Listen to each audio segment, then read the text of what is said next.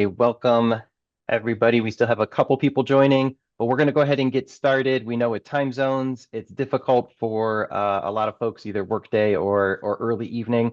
This is being recorded, so folks who can't attend will be able to watch later.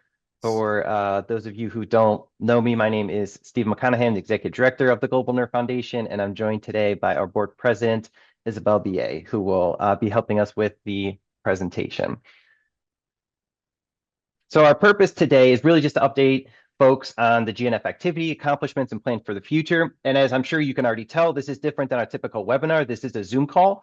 So you're welcome to put questions in the chat, but once we go through, we have 25, 30 slides. We'll be able to just kind of open it up. Right now, you're not able to unmute yourself or turn on your camera. We'll change that once we get through the presentation. So if people have questions, you'd be welcome to unmute and ask questions. So to get us really going, I will turn it over to our board president, Isabel. Thank you. Thank you, Steve, and welcome everybody for this very, very first annual meeting of Global Nerve Foundation. In the next few slides, I will give you a short introduction of Global Nerve Foundation and what it has accomplished to date. And most of you probably know that we are young. We're still young. We went live September 2022, I believe. And our goal is to really coalesce everyone involved with the assessment, diagnostic, treatment, and monitoring of peripheral nerve disorder.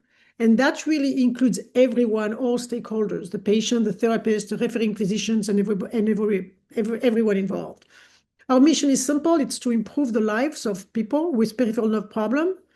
And our vision is to make everything to advance and promote excellence in nerve care by coalescing all those people together. So next slide.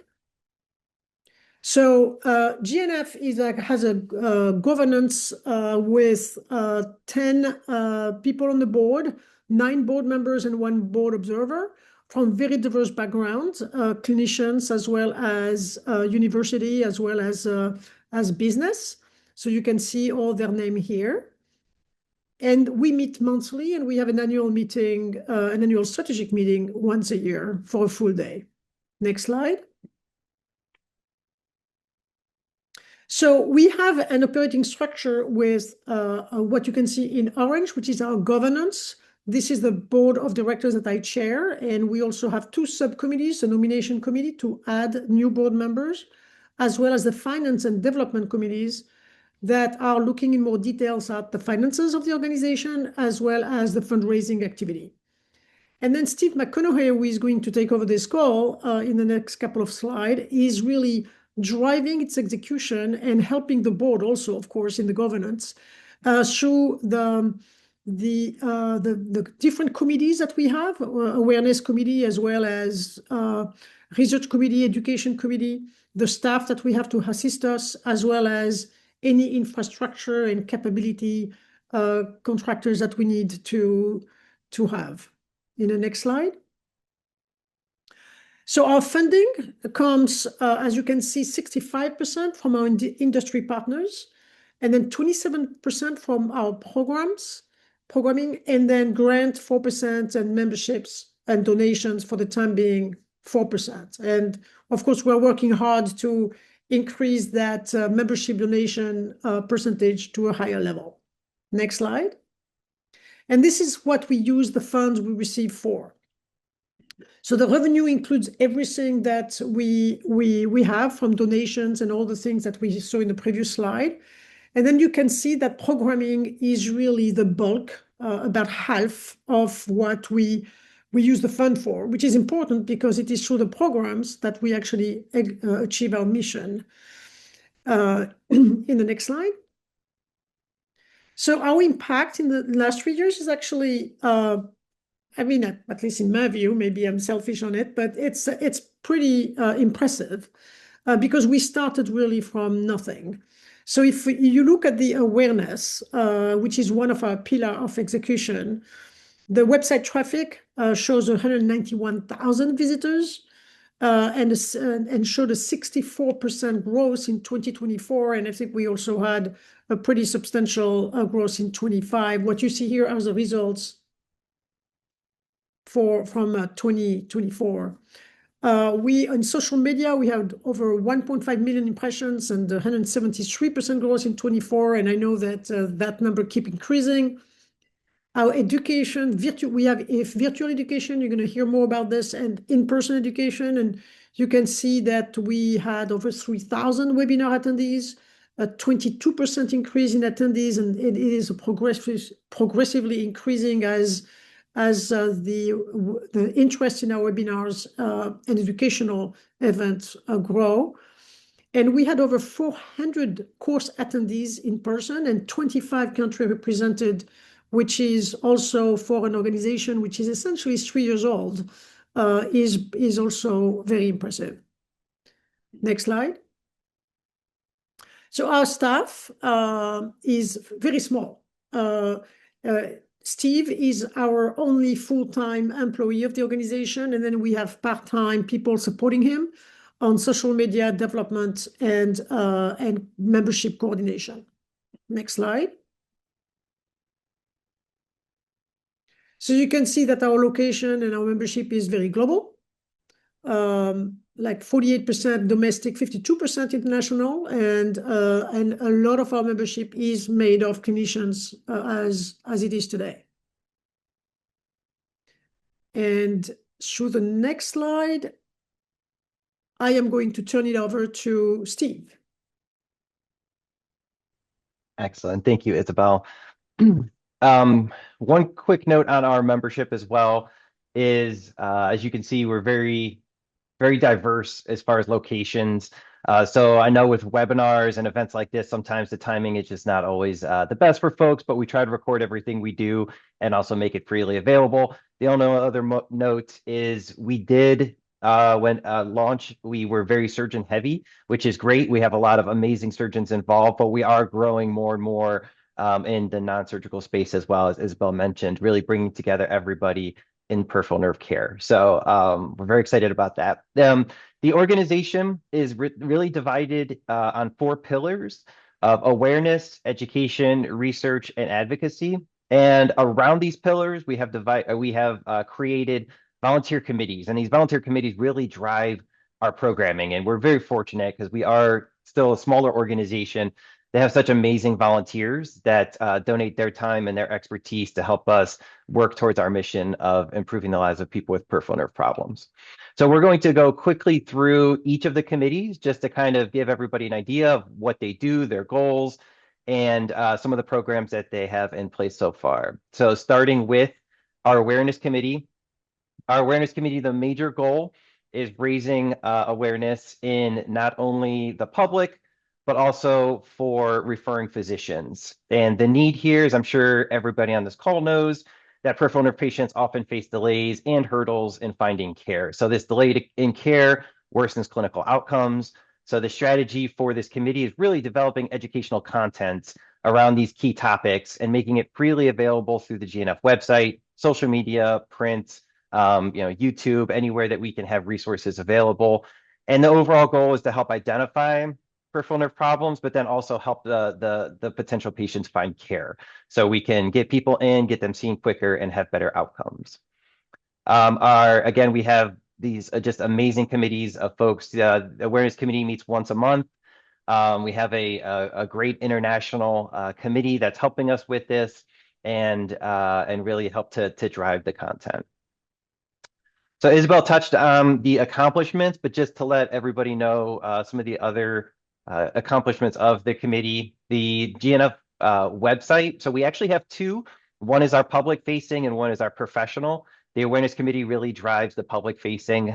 We are developing new web pages, new content around various topics. So far, we have over 10 various educational web pages, which continues to grow each month. They also organize public webinars and roundtable discussions to help for patient education. We just recently started with sharing some patient journeys. So these are peripheral nerve patients who are sharing their story and how impactful these injuries are in being able to find treatment, find care, the impact in their lives. And then lastly, the awareness committee is beginning outreach to referring physicians. And this was done in September was the first time at a conference in Atlanta where we were able to connect with over 100 plus primary care physicians in the Atlanta, Georgia area. So for the awareness committee looking ahead to 2026 and beyond, we are really going to try and pilot a peripheral nerve care network in the Atlanta area and see if we can help put these primary care physicians in touch with the specialists who do most of the care for peripheral nerve problems. This was just something we heard. This was always a mission of the GNF, but it's also something we heard repeatedly while at the primary care conference in Atlanta. And then we'll continue to develop educational resources. We have a couple working groups that not only are focusing on specific topics, but I think we're really starting to expand into multilingual resources as well. So there are tools now that are available to help with translation that weren't available before. So we're going to try our best to make sure that not only are we developing materials, but we make them as available in as many languages as possible. So next, we're going to talk about the Education Committee. And the goal of the Education Committee is really delivering best-in-class educational programs for all levels of target audiences. And again, our audiences are broad. So what this usually means is multidisciplinary courses. And the need is the peripheral nerve education is fragmented across multiple specialties. So this makes it difficult to have consistent training, which then in turn can be difficult for consistency in care. So our strategy for the Education Committee is really identifying and developing high quality in-person and virtual educational programming with the overall goal to improve care through this consistent training and educational resources that are available. Again, we're just incredibly fortunate for so many outstanding members of our Education Committee, very well represented multinationally, both in the US and internationally. A lot of different specialties. And again, we're just kind of continues to grow as we add more and more folks and different topics that our Education Committee is focusing on.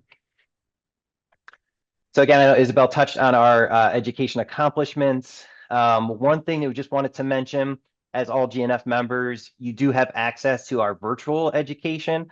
So we record all of the lectures from our courses and make those available on Thinkific. So we can send follow-up after this as well. But if you haven't logged in yet, it is all of the recordings from our previous courses. So every time we run a course, we record the lectures and make those available. We do have some committee members who are also looking to make additional resources and create additional resources that would be available on that platform. But for right now, if you ever wanted to go back and watch a lecture or a recording, they would all be available for our members on Thinkific. 2025 was a big year for us with education. We actually had 4 courses, which was the most by far. Previous years in 23, we had 1, in 24, we had 1, in 25, we had 4. And it was really our first time we ran a course in the US, and that was our brachial plexus conference in conjunction with Hospital for Special Surgery. So we had right about 100 attendees in person, plus virtual attendees for that one. And then we ran a headache course, a basic nerve course, and a upper limb course all in 2025. So looking ahead to 2026 and beyond, on the right side, you can see the courses that we currently have planned for 2026, starting in less than 2 months with our upper extremity course in Rotterdam. And we're very fortunate to partner on those courses with SR Masterclass, which is a nonprofit organization based out of the Netherlands. They run outstanding education. We have partnered since our launch with them, and we've been really fortunate to be able to work with them on educational programs. Then on May 16th, we're going to have our basic nerve course in Utah.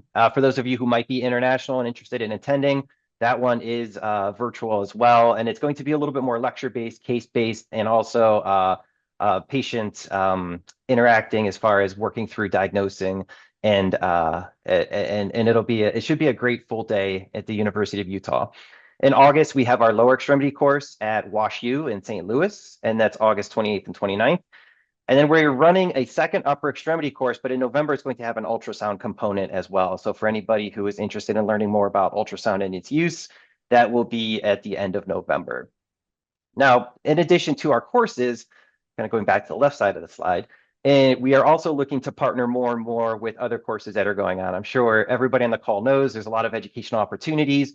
We have been fortunate from the GNF perspective to have courses reaching out to us to partner. So we're going to kind of continue to work on partnering with other courses that are available, and then also continuing to grow the virtual educational resources. And we think that that's very important in order to kind of reach more people who might not have the opportunity to attend in-person courses. And then our last committee that we're going to be touching on today is our research committee. And our goal for the research committee is really to support research and innovation that is aimed at advancing peripheral nerve care. So again, peripheral nerve research, helping to advance peripheral nerve research while also making the findings more accessible. So we hold key and support peripheral nerve research topics through awards and building collaborations. And then the goal of the overall committee is to drive research through small awards and disseminate the results. So again, we're very fortunate having a volunteer committee to really drive this programming. Our chair is Mark Mahan from the University of Utah. Our board representative is John Zuniga from UT Southwest Medical Center. And we have just an outstanding committee, again, international as well as is in the US, that really helps with our young investigator research program. So our Young Investigator Research Award has been the main program of this committee, and we actually just closed our third cycle. So we received 16 letters of intent that were then reviewed, and 8 of which were selected for full applications. In addition to the Young Investigator Research Award, the research committee has begun putting out member surveys. So if there are topics that you're interested in giving your thoughts and your feedback from the GNF perspective, we have this great network of members. We have an even larger network of contacts, and we're trying to leverage that in order to get thoughts and feedbacks on various topics for surveys. And the first 2 that we did, and if you haven't received the links, they are on our website. Be happy to send them out. One is on the use of virtual education, so trying to better understand how clinicians are using virtual education, gaps of where we could possibly help fill in. And then also is the use of biomaterials in peripheral nerve care. So how are people using the materials? What are the outcome measures that they're looking for? And again, where are there possibly gaps that could be filled? As I mentioned, our Young Investigator Research Award is in its third cycle, and we've been very fortunate to have just outstanding applicants and awardees. The first 2 years, so in 2024, we had Vlad Taranchenko from Harvard University, who was our 2024 awardee. And then just last year, Erica Schaefer from the University of Miami was our Young Investigator awardee. So we're very appreciative and fortunate that we've had just such outstanding applicants, and it's made the committee really work hard to be able to select a winner.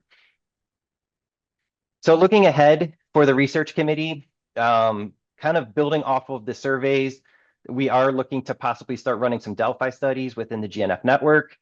And then also a major focus or a major push within the committee is looking at an early nerve injury detection. So we have written some grants, some multi-institutional grants that we have submitted for that, and hoping that with funding, we could possibly start to develop something that would more quickly identify peripheral nerve problems in the emergency setting. So again, going back to the same idea with the awareness committee, the goal of shortening time to care.